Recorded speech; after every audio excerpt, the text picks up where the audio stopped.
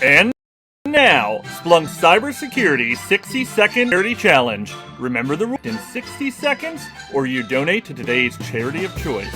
Good luck! Alrighty. I think those guys, they need to be concerned about OT attacks, because looking at how much like they were integrated into that nuclear capability with computers, I'd be concerned if they've properly air-gapped myself. Air gap is not the answer, Ryan. I feel like that's a t-shirt right there. Air gap is not the answer. Audra. Yeah. Anyway, that's a whole nother conversation. Like what, Mick? Like for a Site R or something like that, right? You can't just go in and rebuild everything. You built it in a mountain. Yeah. It's not going to be easy. easy. That's fair. It's mountain gapped. Mountain gapped. No air gap. Mountain gapped is the answer. Ryan, do you want to introduce the charity for today? Sure. For those of you who don't know, Mick and I are both Navy vets, and a lot of people on our team for Surge are either former military. Johan Bjerke, beloved Johan. He's a veteran of the Swedish military. Tamara is actually married to an active duty sailor, and Drew Church, who's kind of a Surge +1. He's part of the family. He's actually actively deployed right now on a ship in the Mediterranean for reserve duty. So we salute you, Drew Church, and we also wanted to make sure we support all the folks who are serving and who have served. So the Navy and Marine Corps, very special to me. It's something whenever anyone asks me thanks me for my service, I give them a QR code and say thank them for their service, and feel free to donate. Put your money where your mouth is. So something important to all of us. Yep, that's great. And for today's challenge, we are going to look at information operations. IO. Influence operations. Or influence operations. Information. This came up multiple times. Let's clarify this for a minute. Information operations versus influence operations, because the charity challenge is to define what is an influence operation. And is that different than an information operation? That was what the challenge was? Are you influence operation us right now? We thought it was, should network defenders care about influence operations? That's the second part of the question. So the two-part challenge. Wow. Yeah. It's in the rundown. I typed it out. It says, what are they? Should defenders care? That's the question. Okay. So Mick is going to have to go to ChatGPT real fast to go Wait, I'm still confused. What's the what is the challenge? The challenge is define what an influence operation is, first of all, for anyone watching who's not as familiar. What is an influence operation? Is it the same thing as an information operation? And why should defenders care? According to Rand, who seems like they would know, since I'd argue they would know. Yeah, they would know.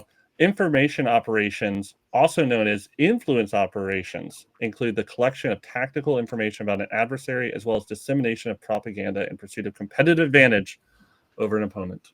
Yeah, I always thought of them as the Rand Corporation. You are correct.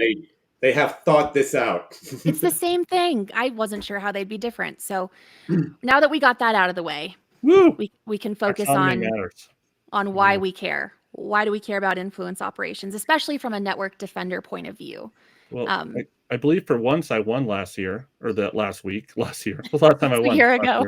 Mick, I'm going to make you go first this time, because I've been on meetings since we determined what this is. So I will just copy you. Take credit for my incredible work. So why should you care? All right.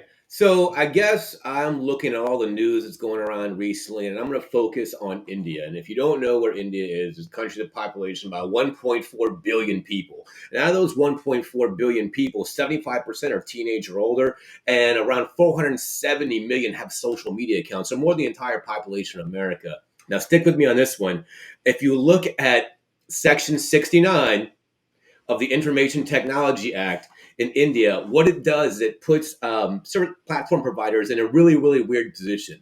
So it makes them criminally liable for content on their platform they didn't take down at the request of the Indian government.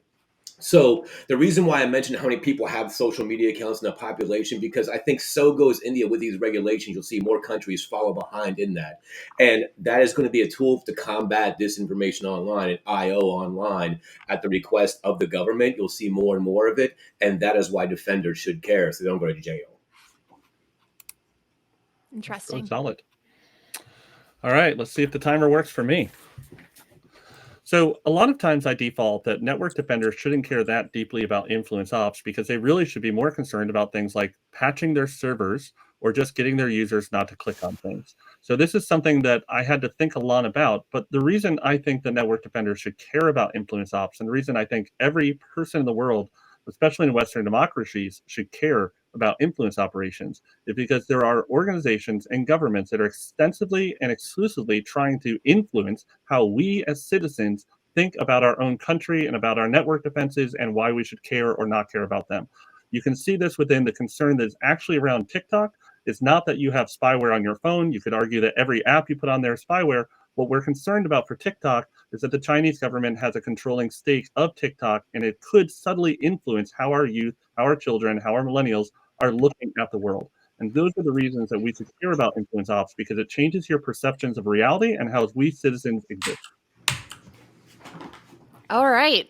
So, anyone watching, please weigh in. We know there's a difference here. Enket, hello from India. Hopefully that wasn't directly targeted to you. Mick does like to just throw himself out there and hoping he gets every sort of a bit of voting. But Daniela, for you, the voice of goddess here. What are your thoughts on influence ops? Have you heard about these before? Is it something new? We'll wait for you to come off mute. I know we always throw this to you and you're surprised and shocked. I've heard from it, and I think I have my thoughts were in line with what you were saying, Ryan, like the importance of how it affects this or as a society. There's a lot of things that the internet has been really good for, but then there's also a lot of things that I think have been getting worse since we have all of this access and misinformation, and the capability to influence is one of those that we just should not stop paying attention to. Yeah, that's one part that neither Mick nor I kind of hit on, but people should conflate or should associate disinformation with influence ops.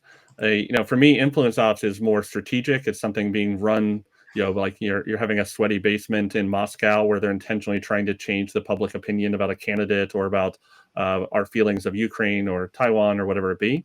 But the output of that could be disinformation. It could also just be, someone doing their thing and talking about, how much they hate vaccines or whatever it be.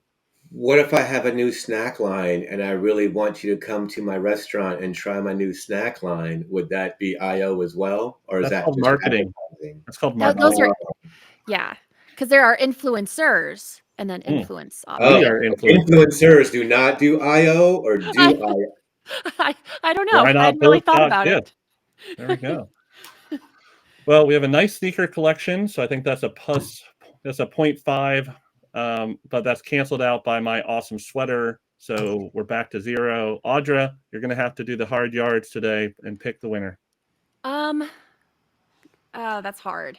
I think you both had good arguments. I think I might go with Ryan because I know. I think the reason why is because I think everyone should I care cited about. Indian code today. I know. pandered. Well, I maybe pandered.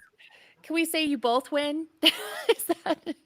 I Is that a mean, we are cop-out? both veterans. We will both donate to a Very veteran happily organization. I really donating. don't see anything wrong with that. Yeah. Absolutely. We can both be winners today or both be losers, depending on how Well, you we're look. both veterans. We both have knee problems. That's I think- exactly what that is. Have I you always gotten the targeting advertising for AFFF yet, Mick? Yes, I For have. those who don't know, Instagram definitely doesn't do influence operations, but it has figured out that I'm a veteran, so I get very targeted adverts that there's a class action lawsuit for AFFF, which is a type of fire retardant that they use on a ship to put out Electrical fires. And apparently, if you were exposed to it, you're probably going to get cancer. So definitely hasn't happened to any people I know. Let me explain how this also works. You have a bunch of adolescents, 1920s, early, just spraying foam at each other because you're at sea for months at a time. Yeah, have you seen that scene in the Zoolander, the documentary? with the gas. Yeah, that's pretty much us. Yeah. Wake me up before you go, girl. No concept of safety at all. So it's sad. Yeah, but yeah, I get those adverts as well. Also the ones for do you have lower back pain? There we go. I guess you could argue that watching the podcast is my influence operation. But don't Just disagree. Inserting it into With every knowledge. conversation.